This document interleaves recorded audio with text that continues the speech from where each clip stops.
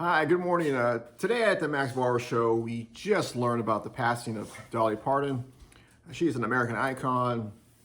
Uh, Most guys know her for one or two particular reasons, but all jokes aside, she was also well known as a country singer. That's how she got her big break. Then she went into television and movies. She's also known for her charitable work, and particularly helping children learn to read by giving them books. By the time she got that program going, I was already a little too old for that. I want to say, from what I understand, her imagination program for kids pretty much started from when they were born to like age 5 or so. But regardless, it's still amazing if you think about it, how the impact Dolly Parton had in so many different lives. So I feel today we're going to dedicate this episode to her memory, in her honor. We're going to cover 3 of her films.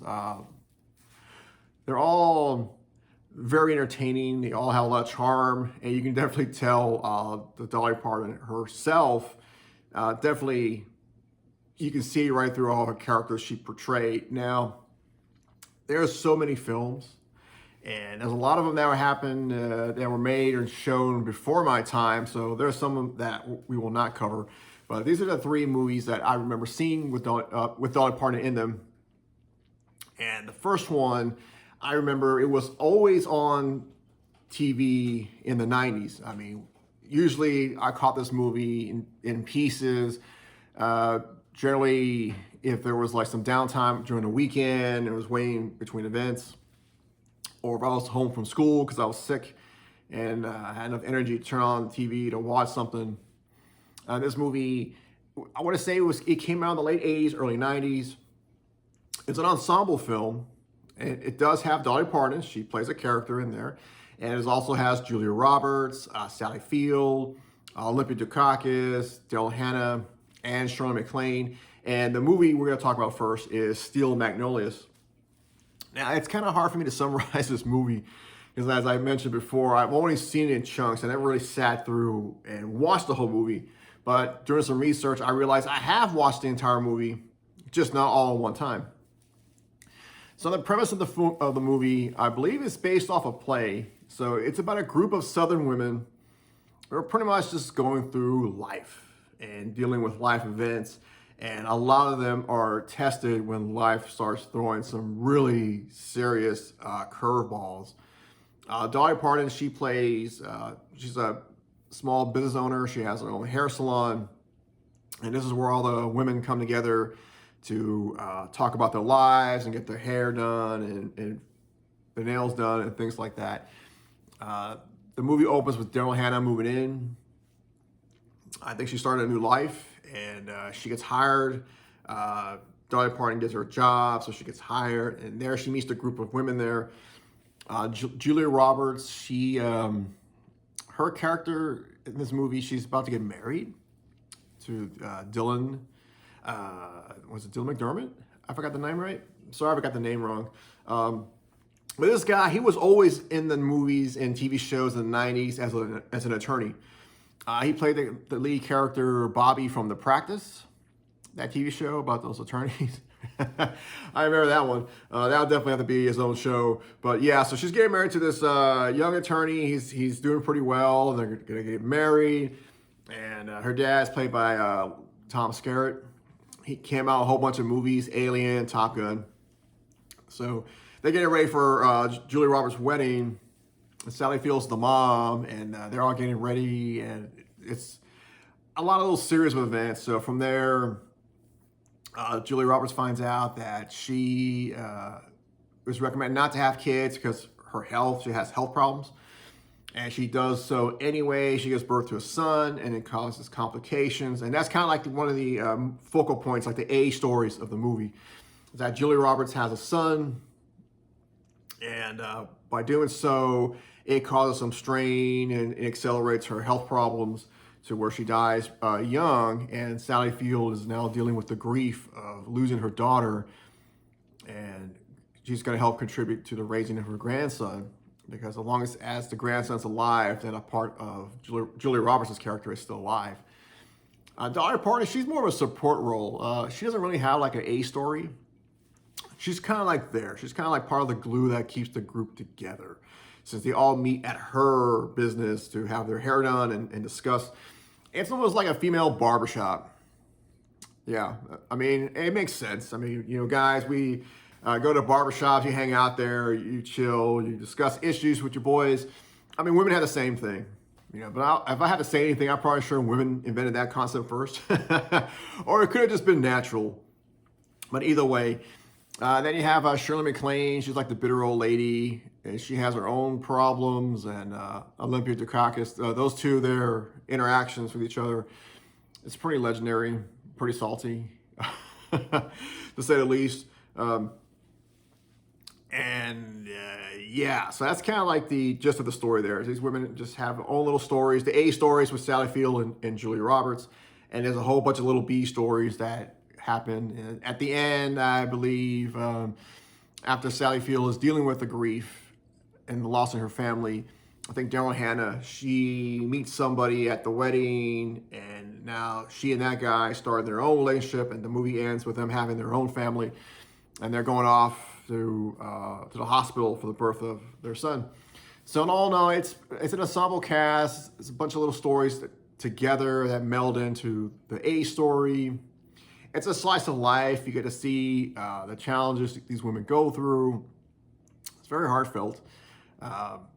Not something I go out of my way to look for, but I do remember it because it was always on in the early 90s. So if it was on cable in the early 90s, then it's for sure this movie must have came out in the 80s.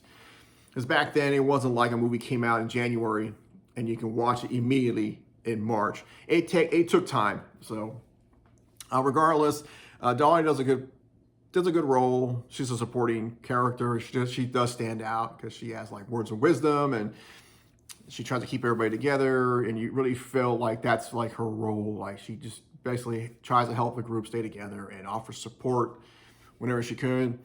All in all, this is a nice movie. Since it's not really something I really go out and look for, I gotta kind of rate this fairly. I give this one here 3.5 stars out of 5. It does have some issues. Again, some of these stories, yeah, as I mentioned, some are pretty forgettable. Some are really designed to kind of like to pull the heartstrings.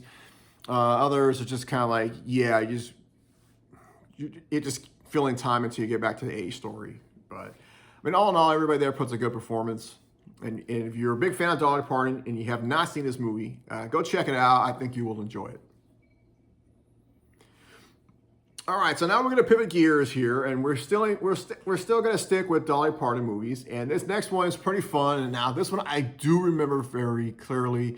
It is very on the nose. And the reason why I remember this clearly because it stars none other than Rocky Balboa himself, Sylvester Stallone. He co-stars with Dolly Parton and the outrageous movie Rhinestone. Yeah, so do you ever wonder if you want to hear Rocky Balboa sing country? Well, you know what? You don't have to wonder no more. Just check out Rhinestone. It is a legendary movie.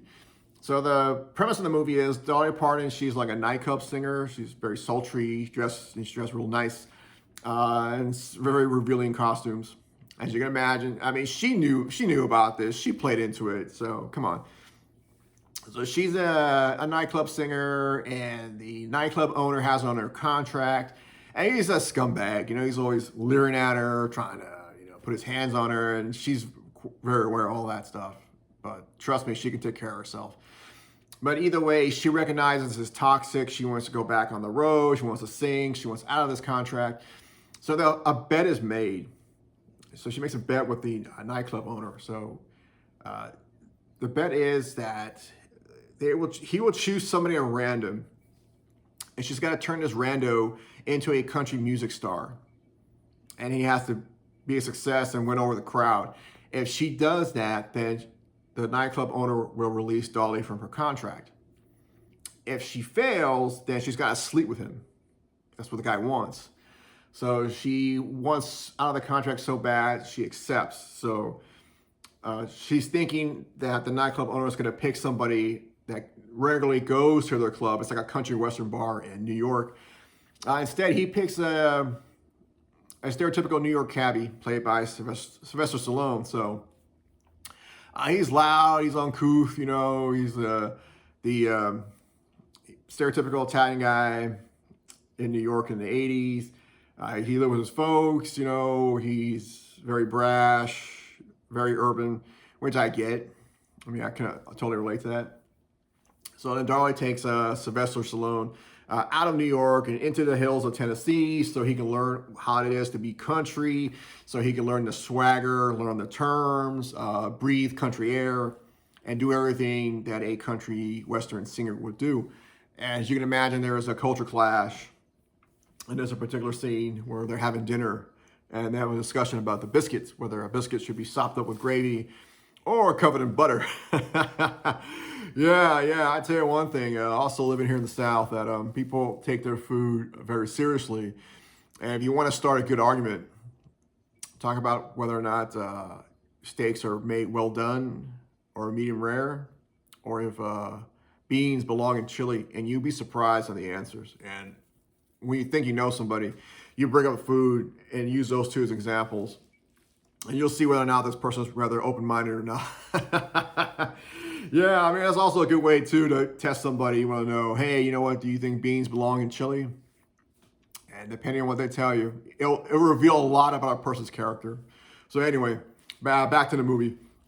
And they use that same trope here in the terms of the food and the culture. And Sylvester Stallone, he has a couple of singles. He sings a song called Drinkenstein. Yeah. Let's just say there was a reason why Sylvester went to acting and his brother Frank went to singing. So he should have got his brother to do all the singing. Yeah. I mean, his brother Frank Stallone, he comes out in a couple movies singing, and you'll see, his brother Frank definitely has the pipes. Sylvester should definitely stick to the action. But that's the whole point. It's fun.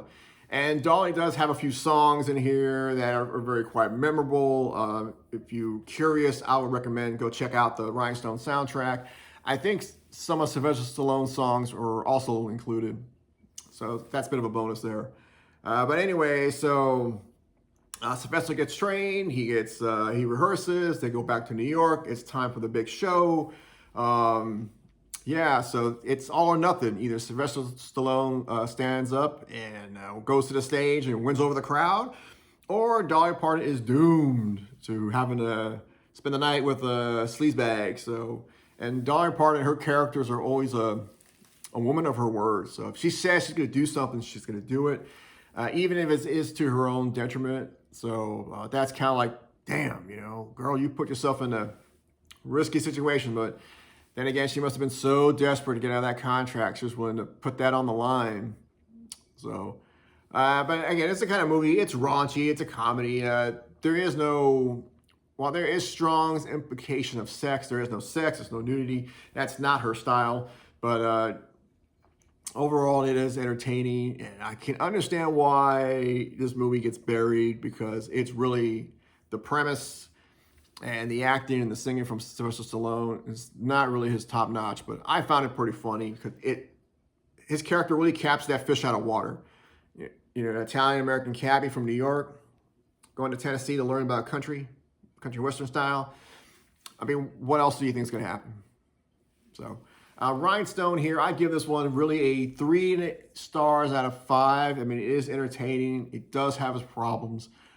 Some of the jokes are too much on the nose, or at the expense of Dolly's figure, but I don't mean in a bad way. It's more of a, leery, lustful, sinful way. But it played up for laughs. I mean, we don't take it too seriously. The soundtrack will actually help keep this movie at the 3-star level.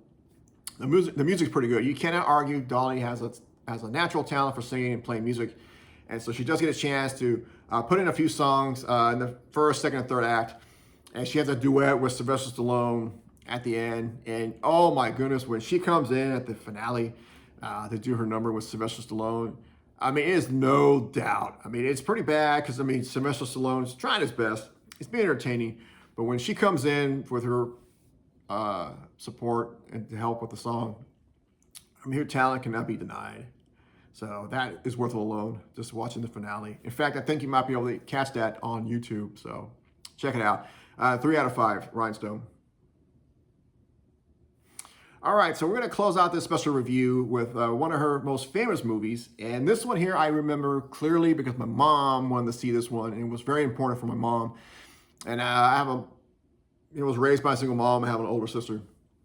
So for the two of them, this movie, they found very entertaining. And there was also a lot of issues, I guess, they were actually addressing in this movie without beating you over the head with it, that I guess, women, especially back then in the 80s and the 90s, that when they saw this movie, it just was very uplifting. And for me, as a guy, it was entertaining, but then I can also see the value of it later on.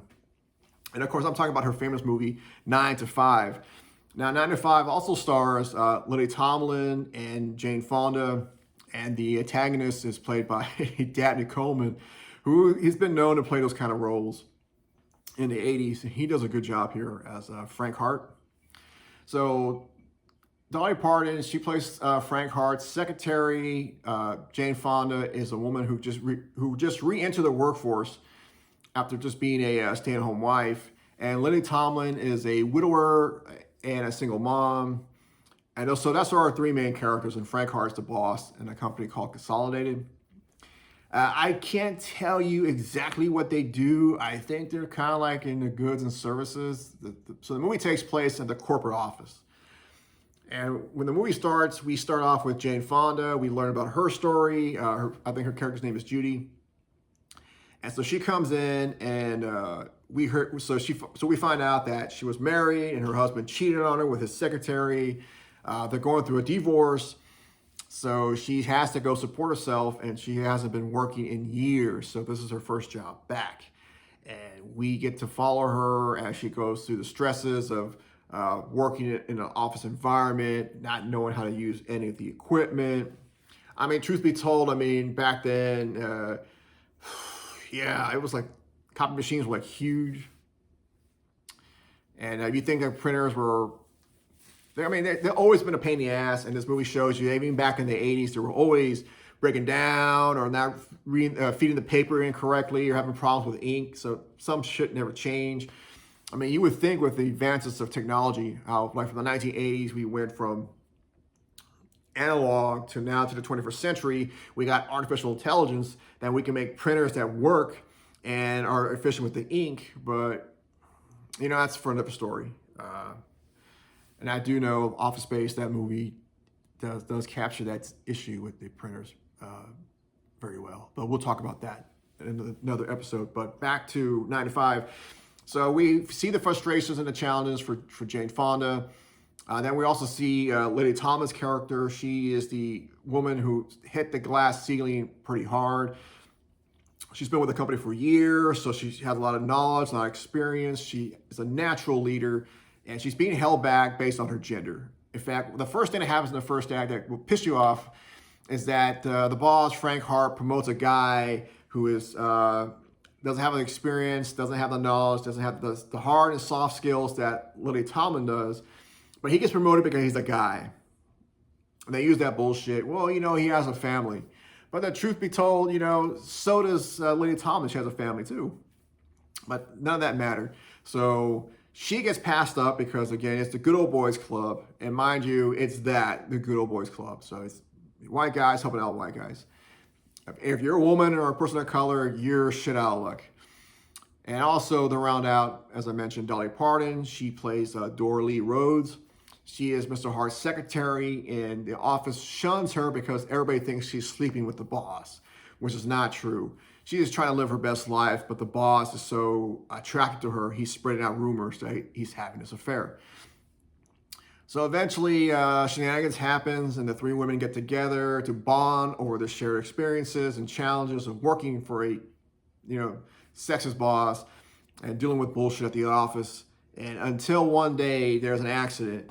Lily Tomlin thinks she poisoned her boss, so they have this little comedy of errors where she's trying to cover up her perceived crime. And it turns out that, no, it was a misunderstanding. He didn't get poisoned. He just fell down and gave himself a little bump in the head.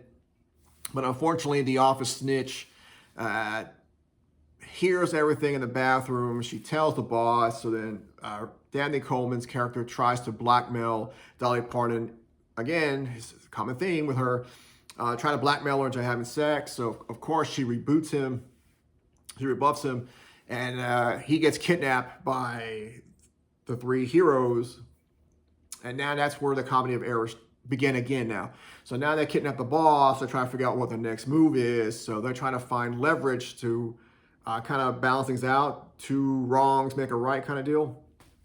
So, and then in the interim, during his absence, his perceived absence, the women decide to make changes in the workplace, doing things such as providing daycare or equal pay, which I cannot believe is a thing. I never understand that whole concept. But it is true, and this movie does talk about that. So whenever you hear that issue, yeah, I wouldn't say take it with a grain of salt. Just definitely, listen to what's going on. But again, I'm not here to talk about real life issues. But the movie addresses that because back then that was a huge difference. There was a big difference with pay and childcare and helping out single parents and everything. So that's the problem there, that these women are caught up in the shenanigans where they're trying to figure out a solution. Now, the movie does end in a nice little note because 9 to 5 wasn't trying to be preachy. It's a comedy. So they want to pull you in. They want you to feel the tension, the stakes. At the same time, they want you to go home happy. So pull you in, make you laugh, make you cry, go home happy. So 9 to 5 is a legendary movie, and I won't give away the ending, but let's just say everything does work out.